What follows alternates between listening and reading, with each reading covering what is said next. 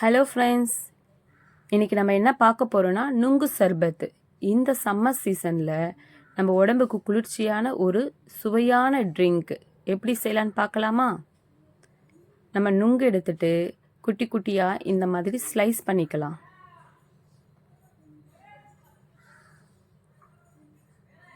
Slice பண்ணதுக்கப்புறம் ஒரு பவுலில் போட்டுடலாம். அதுக்கப்புறம் நன்னரி ஒரு 1.5 கப் அளவு நான் சேர்த்துக்கலாம். உங்களுக்கு இனிப்பு வேணும்னா நீங்கள் 2 கப் அளவு கூட சேர்த்துக்கலாம். 1/2 லிட்டர் ஐஸ் வாட்டர் இதில் மிக்ஸ் பண்ணிடலாம்.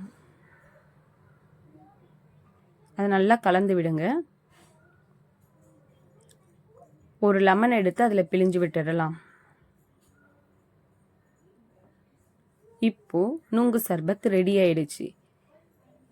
ஒரு வாட்டி நீங்கள் வீட்டில் செஞ்சு பாருங்கள். அடிக்கடிக்கு கேட்பாங்க, கிட்ஸ்லேருந்து பெரியவங்க வரைக்கும்.